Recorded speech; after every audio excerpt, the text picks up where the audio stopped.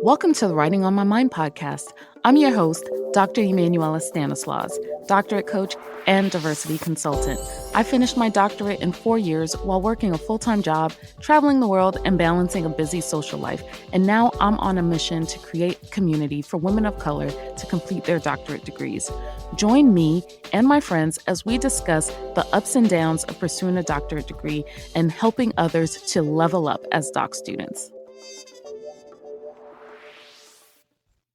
Hello, and welcome to another episode of the Writing on My Mind podcast. I'm your host, Dr. Emanuela Stanislaus, doctorate coach and diversity consultant. Today, I'm back with another special guest. So, the guests I've had so far that I've been interviewing on the podcast have completed their doctorate and come on to share their takeaways from their doctorate journey. And today I've made an exception with today's guest, Nicole Telfer, who is such an inspiration as a grad student. So I'm going to share a little bit about her bio before we get into her interview. Nicole Telfer is a graduate student in Applied Developmental Psychology at the University of Maryland, Baltimore County. She previously earned her Bachelor in Science in Human Development and Family Studies with a minor in psychology at Penn State. She also has her Master's of Arts in Applied Development Psychology from the University of Maryland, Baltimore County. Her research focuses on the retention of Black women in STEM programs, which I'm all about. And she looks at the intersectionality and is also examining ways to improve the educational experiences of Black youth in inner city areas. One of the things, and one of the reasons why I have her on here is her latest book. She's a two-time author, and her first book was Freed, but her latest book, A Black Woman's Guide to Earning a Ph.D., is how I met her through social media and through the promotion of that book. And so I was so inspired by the book and how she writes about her experience and is helping women make it through the PhD program, which is what the Writing on My Mind podcast is all about. And so I am so happy to have her here. And I welcome Nicole to the show. Hello, Emanuela. Thank you so much for having me, and thank you for this space to talk with you about my journey and about my book. I'm very excited to dig deep into it. Awesome. So let's just jump right into it. Why don't you tell us a little bit about who you are and your personal PhD journey? Yeah, of course. So I think that many PhD scholars or PhD students can collectively attest to, the fact that the journey to the PhD is very challenging, but it's also very rewarding. I don't think there's like a single way to define the PhD journey. For me, well, to start, as you mentioned, I'm in my third year in Applied Developmental Psychology, and I'm so excited because this is like my last semester of classes. So I'm looking forward to doing my practicum piece and beginning the dissertation phase. But yeah, the transition into graduate school was a bit challenging for me, and I think one of the reasons why is because I didn't start off in a master's program. I went straight from undergrad into my PhD program.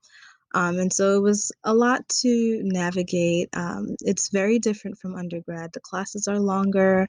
And in addition to classes, we have all these other graduate school responsibilities like doing research in your lab, either you're a teaching assistant, you're a graduate assistant, setting aside time to work on your class, and just doing things that you should be doing in your PhD journey, like preparing for conferences or being on publications. And I wouldn't say that it has gotten easier between my first year and now. I just think I learned how to balance it all out. in that I'm also learning how to incorporate self-care into my journey as well. I know that in the beginning, when I first started my program, I took statistics, which is like not my favorite course. But I could remember like coming home and not eating anything, just going down to my desk to sit and work on statistics. And I realized that, that wasn't the most healthiest thing to do. So I definitely, the workload is equally the same, if not more, but I'm just learning how to balance it out and to make sure that I'm taking care of myself first. Because, I don't want to graduate with my PhD looking like I've been through hell and back. So yeah, the PhD journey is going well so far, and I'm excited to be among other PhD scholars in a few years. Yeah, so I loved what you shared about finding that balance and incorporating self-care. So, did something happen for you to prioritize those kinds of things, or was that just like a natural piece to that? Because I know I myself struggled through finding the right balance and taking care of myself. So I'm just wondering, like, what was that like for you? Yeah, I think it was a series of things. I had a therapist who told me that I need to really take care of myself. And I had my mother who would call me, she's Jamaican, so she would be like, "Don't get skinny. You have to make sure that you're eating." And just she was very concerned. And I would also look at one of my she's in my cohort, um, and although we had the same amount of work, she always found time to do things that she loved. And she would always try to invite me well, she would always invite me places, even when I said no, which was 99% of the time in the beginning. But I just looked at how she was navigating her PhD journey, and she did not let professors or academics stress her out. She's like, they can go home to their families, they go home and they rest. Why is it that we have to constantly bring our work home with us? Um, and yeah, she would just always find time to just do the things that she loves. And I wouldn't say she was carefree, but um, she was very strategic, and she was very serious about her self-care and her mental health. And I was like, that's something that I want to incorporate into my journey as well. And ever since I did that, like, I think it has gotten better for me. Like, I'm enjoying the remainder of my PhD journey now. In the first 2 years, I don't think I was really enjoying it because I was so consumed with work. Um, yeah. So, yeah, that's about it. Yeah, awesome. So you talked a little bit about the balance of, you know, research and your conferences and things like that.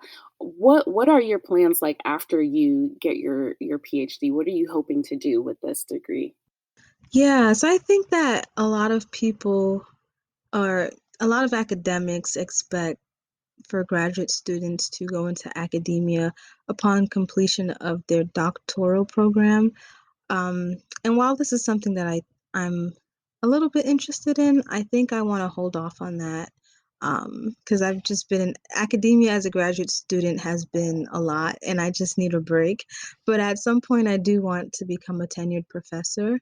But in the meantime, before I start my process of becoming a professor into tenureship, I want to do more work within the community. So I want to work on program evaluations. I want to work on establishing and implementing intervention programs that are geared towards improving the educational experiences of Black youth in inner city areas. One thing that I've been very interested in more recently is understanding the school to prison pipeline among Black boys and especially Black girls, because when dialogue around the school to prison pipeline occurs, Black girls aren't really in that conversation, and So it's true. important for Yeah, it's important for us to understand that Black girls are not only hypersexualized, but they are deeply criminalized in the school system. So I am like very interested in figuring out like what sorts of intervention programs do they need. And this is like a goal of mine is to open up a resource center for Black girls. I'm not quite sure what it will be named yet, but I want it to be like an after school program for Black girls who attend public schools. I would have to start in Baltimore because that's where I'm doing most of my research. But yeah, I think that when we think of intervention programs and when we think of the education system, it's important to center Black girls and to make sure that they're not falling into this, becoming victims of the school to prison pipeline that is very real and that exists. I love that. And as you know, I'm all about women. So I love that focus. And I'm really hoping that you get the center like off the ground. And I will be there to support it for sure because I feel like in the conversations, you're right, Black women are being left out, because of the focus on Black men. But that's definitely important, but we can't forget that there's another side to that as well. So, is that what made you pursue your PhD? If not, talk a little bit about why you decided to pursue your doctorate. Yeah, I wouldn't say that it made me pursue my PhD. I think these interests definitely sparked when I was in my junior year of college, but before then, and my mother holds this over my head a lot, I wanted to be a pediatrician. I wanted to go to medical school and work with children in that capacity, in the medical field. Um, but when I started college and when I was taking biology and chemistry courses, not only was I failing terribly, I realized that it wasn't something that I was passionate about. It didn't resonate with me. There was nothing in biology or chemistry that interested me. And so for my electives, I decided to take a human development course as well as a psychology course. And it changed my life. I was like, this is what I want to do. I want to work with children in this capacity. I want to be part of the group of people who develop these intervention programs and who work closely with the development of children. So I liked how my advisor in undergrad said, she said, you want to be a doctor of the mind, not a doctor of the body. And I was like, you are right. Like this is what I want to do. I want to be a doctor of the mind. And so it was a hard pill for my mom to swallow because, growing up in a Black Caribbean household, they either want you to be a medical doctor, they feel like that's the only doctor that exists, a medical doctor or a lawyer or an engineer. But recently, she's realized how much hard work and effort it takes to actually earn a PhD. She's been there throughout my journey, so she understands that it's not an easy process. It's not a degree you get out of a cereal box. So yeah, my interest in pursuing my PhD definitely started in undergrad when I took those social science courses, that human development course and that psychology course. Awesome, and I can relate. I come from a Caribbean background too. My parents are both Haitian, and yeah, all of those are the only things. I don't know if you said engineer, but Yeah, engineer I too. did. Engineer, lawyer, or doctor. Oh gosh, it's the only thing. But I can definitely see the common thread with what you shared with, like, being a doctor of the mind, which is cool. And you're still working with the population that you originally thought of, with children. So that is awesome. So I wanted to talk a little bit about like how did you go about choosing your program? Now that someone mentioned being a doctor of the mind, and you took these courses. Like, how did you choose your program? Yeah, so when I was in undergrad, I had two amazing mentors, and they sort of help me figure out, which programs I might be interested in, as well as what I should look for in programs. And so one of the main things that I would look for is the mentor. I am very big on like mentorship philosophy, and I think that that's something that a lot of women should look for. For women who are um, trying to apply for PhD programs, it's important to look at who you'd be working with for the next 4 to 7 years of your life, because that's very important. I think that's a major aspect of our graduate program. And so I looked at mentors, and you can also gauge a sense of how mentors are once you go to interviews.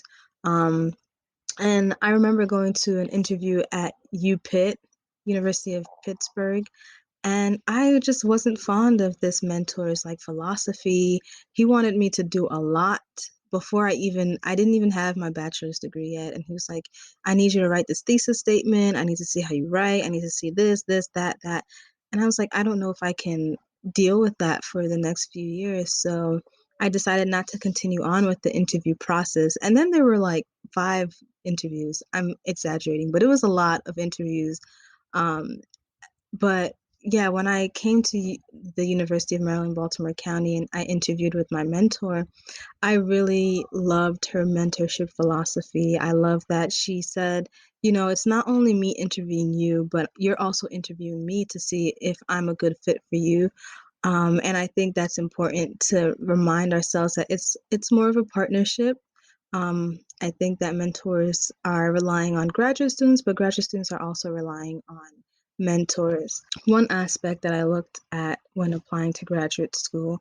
Another thing was funding. I looked for which programs were fully funded, which ones had tuition waived, health insurance, and a stipend. Those are also important attributes, especially in PhD programs where you're worked tirelessly. It's important that we look for those as well. And then the last thing that was very important to me was, the department's stance on diversity and social justice. Of course, every department needs work, but I was more so looking for, has the work started? Where are you all? And how can I contribute? And also, how do I fit in? Like, is there a space for me as a Black woman? And I was not afraid of asking these questions, even when I was in interviews where I was the only Black woman. I wanted to know, like, tell me straight up in front of all these other PhD candidates or interviewees, is this a space for Black women as well? Yeah, so those were the 3 main things that I looked at when applying for programs. Those are great things, and kudos to you too for like bringing up the whole diversity and social justice piece, which is super important right now. And I mean, it's always been important, especially for us. And even at the time that you were applying, which was 3 years ago, that was like at the forefront. But I guess it wasn't as big as it is now, given the craziness that's happening, or that started over this past summer. So thank you for sharing that. And your mentorship piece is something that has been a trend with the other guests that I've had on here. So, what are 3 things that are helping you succeed during your PhD journey? Yeah, I think this is such a good question. For me personally, one of the things that is helping me succeed is definitely my support system. I am a firm believer in the African proverb that it takes a village to raise a child. And so I feel like I have a village like all over. I have my village in Jamaica, my family who's constantly rooting for me. I have my village in Brooklyn, New York, where most of my family is, my village in Canada, and then my village in Maryland, where I am doing my doctoral program. And I think that these support systems are so important because they each give me something that I need. If there's something that my family in Jamaica is not able to provide for me, my family in New York can fill in that space. Also, my support system within my program, I'm very close with three women of color. We call our group BDOC. It's a long story of how our group name came to be, but it stemmed from us being in statistics course and just it was like a collective struggle, and we were like, we cannot do this alone. Like, we have to build this system and make sure that we hold each other accountable. And so they're like my really good friends. I appreciate them so much, and I cannot wait till the day I can call them doctors. Um, so yeah, It's definitely support awesome. systems. Yeah, support systems are so essential in graduate school. There is absolutely no way to do it alone. Um, and so that's one thing that has helped me succeed so far. Another thing would be my church community, which is also part of my support system. I am like a hardcore Christian. Being a Christian is a very salient part of my identity, and I grew up as a Seventh-day Adventist. And after just being on campus all well, when campus was open, but being there all week, being in my lab, doing work, I always look forward to Saturday mornings where I could get dressed and just have this authentic worship experience and just set aside time for God. And just being active in my church as well has helped me a lot. I am part of the praise team, and I teach children's Bible school. So definitely my church community was also another important part of my journey. And then the last thing I would say would be like, these are all people. I would say the little black children in my life, they look up to me a lot. A lot of them tell me that explicitly. Some might not say it, but they show it. And so when I look at them, I'm like, I have to be this example for them. My little black relatives, I know that they're looking at me for advice, for support in whatever they choose to do with their future. They ask me questions like, so Nicole, are you going to be a doctor? And they tell me things like, I'm so proud of you and I want to be like you when I grow up. So I know that they are looking at me, and I want to make sure that they're there when I'm hooded so that they can see that you can do whatever you set your mind to, as long as you have the right support system, which you all do, which I'll make sure that they have that support system as long as I'm around. So yeah, just being there for them and being that example for them and showing them that, you know, even though the world has set a lot of traps for us because we are Black, we can overcome them and be who we want to be. I love that. And I think, like you said, it's all about people, and I see it as community. All of those three things are your community, essentially, Right. that's helping to propel you to the finish line.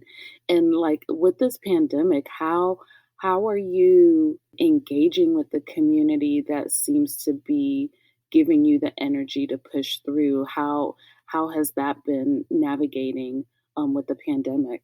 Yeah, it has been really hard. I have not been in church since March, and it was very difficult in the beginning. But I do appreciate that my church has worked on this online platform where they're trying to make sure that we're still connecting.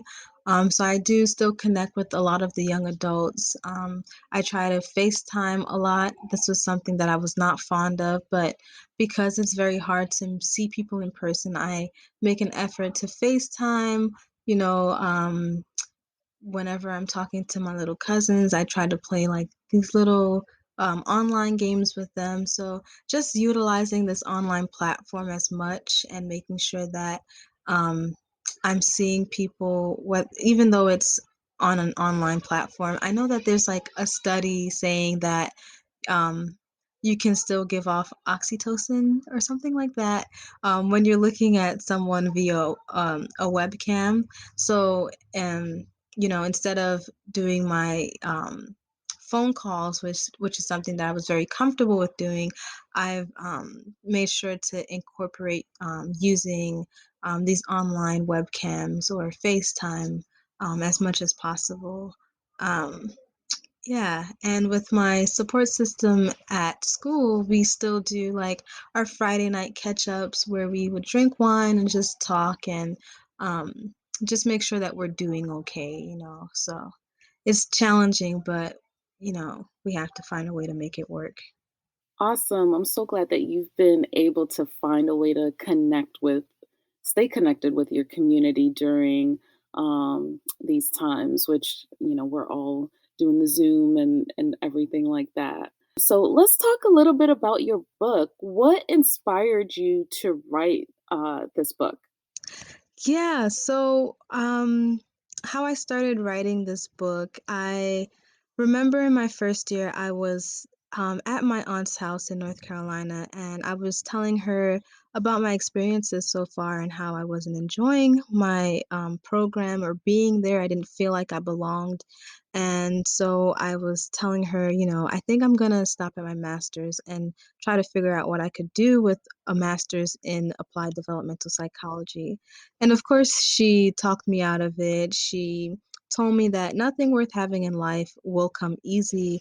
But I could remember that after she was talking about or talking me out of leaving my program, she said, "Why don't you journal about your experiences? Why don't you create a guidebook? And this could very much be useful for other women of color or other Black women." Um, and at first I chuckled because I'm like, first of I'm a first year who is going to listen to a first year graduate student talk about her journey to her doc into her PhD program. But I still decided to journal and I would write on in my book ever so often. But it wasn't until the ending of my semester last year that I actually started to turn it into a book. When COVID hit and I was home more often, I just found myself writing and turning it into a book. And I would say that between March and September, I worked tirelessly on this manuscript and just making sure that it would be a publishable book. Um, yeah, so I'd say that my aunt inspired me, but COVID pushed me for sure. I love that story.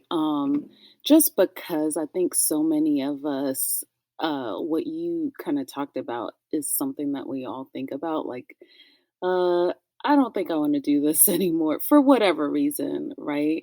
And so that's so great that you had your aunt to share that tip with you that turned out into this book that's going to definitely be helpful for other folks.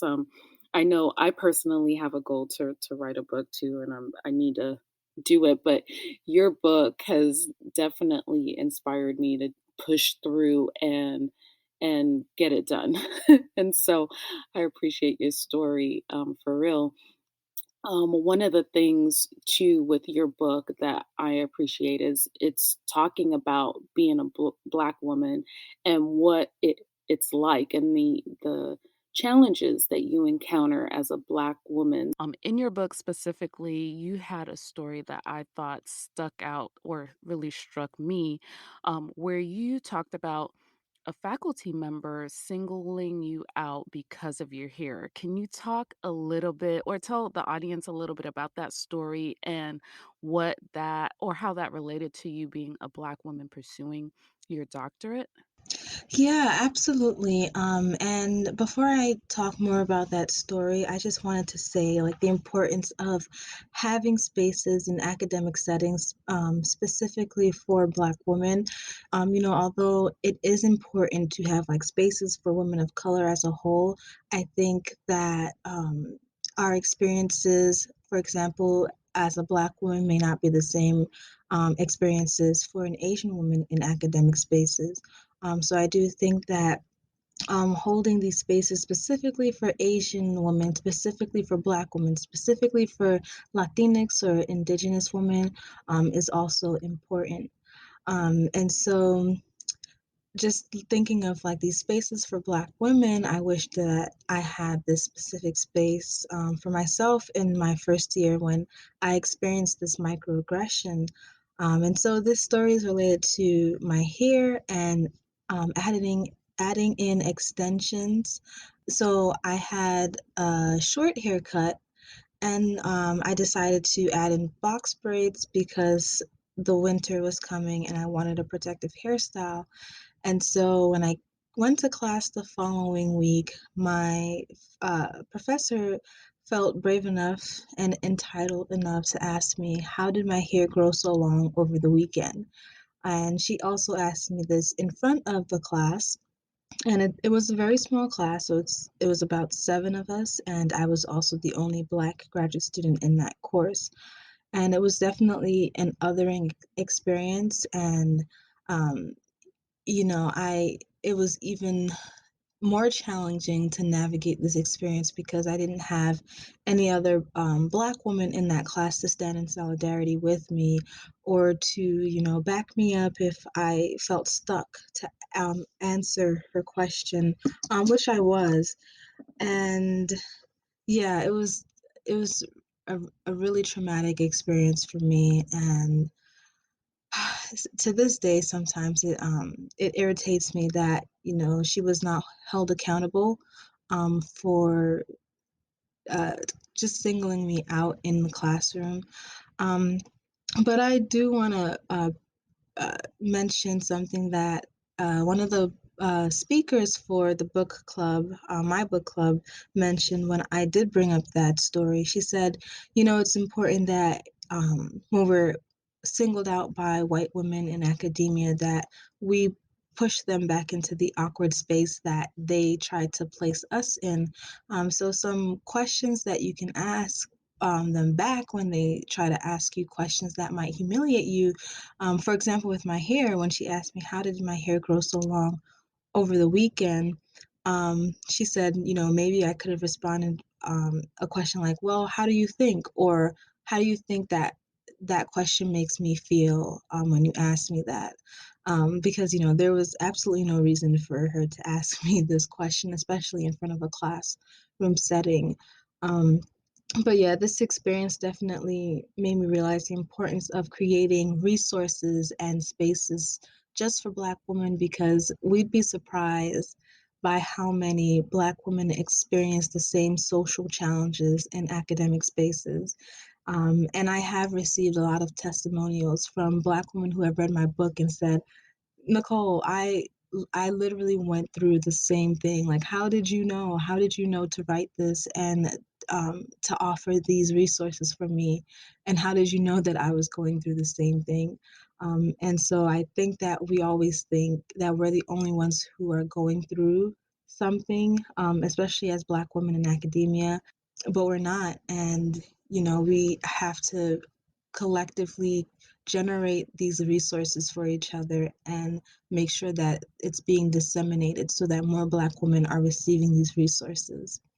I love that, and I love, again, you have, like, a lot of gems that you're sharing in here that I kinda wanna, pull apart as well, but, like, I love the suggestion or, I guess advice that the person shared about how you can turn that around, because I know I personally have been in situations where you get caught off guard, right? You're living your life and then somebody says something and you're like, "Oh my gosh, I should say something," but you don't know what to say because A, you're shocked, or B, you're mad, right? Or three, you're embarrassed because they're saying it in front of all of these people.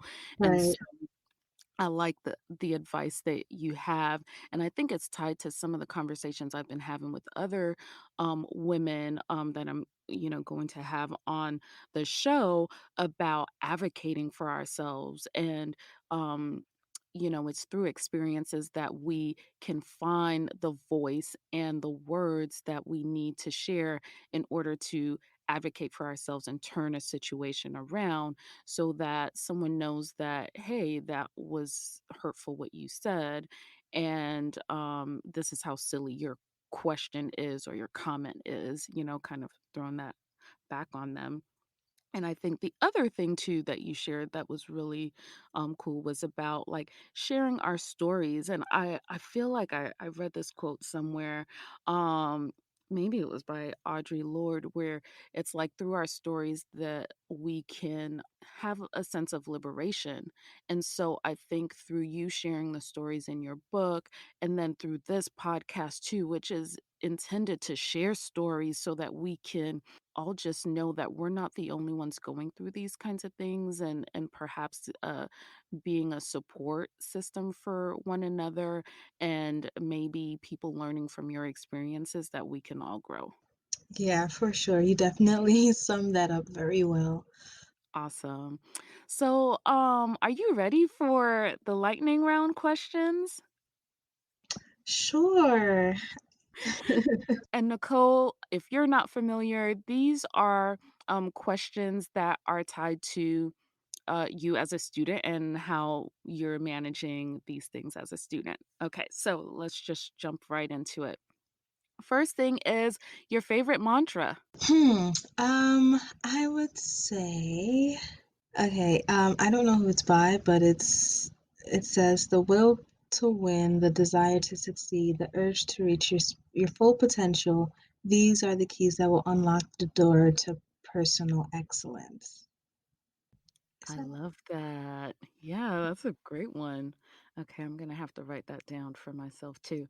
Okay, one thing you can't live without as a PhD student. Hmm, my laptop.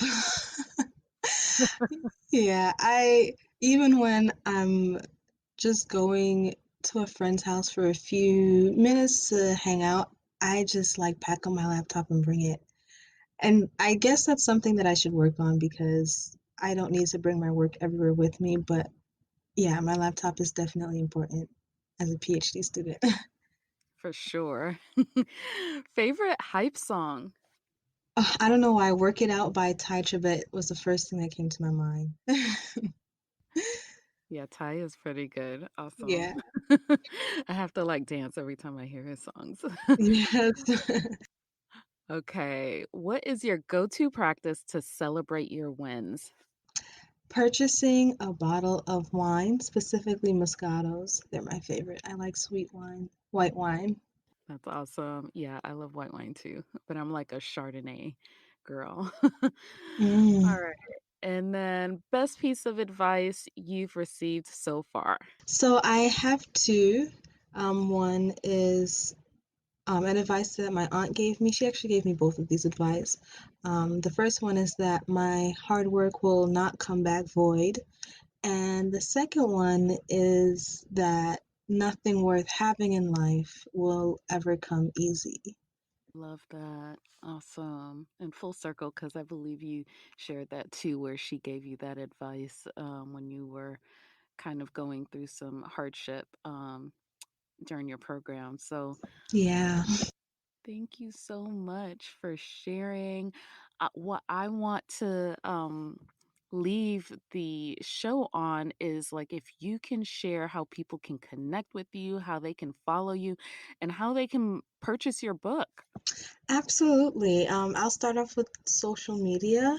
Uh, Folks can find me on Instagram. My Instagram handle name is Nicole Telfer underscore, so NicoleTelfer, and then one underscore. Twitter is Nicole Telfer, the number three, and then my Facebook is Nicole Telfer. LinkedIn is Nicole Telfer. And for my book, you all can purchase it on Amazon and Barnes and Noble. If you just type in the title, it will definitely pop up. Awesome. And that's a Black woman's guide to earning a PhD, right? Correct, yes. Okay, be sure to pick up your copy. It's an excellent book. I was able to read it as well, and I was highlighting, some of my favorite quotes.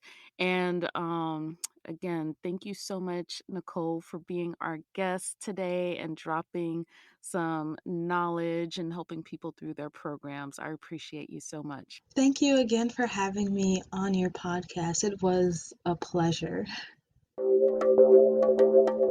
Thank you for listening to another episode of the Writing on My Mind podcast. If you're loving the content, make sure to subscribe and rate the podcast on Apple Podcasts.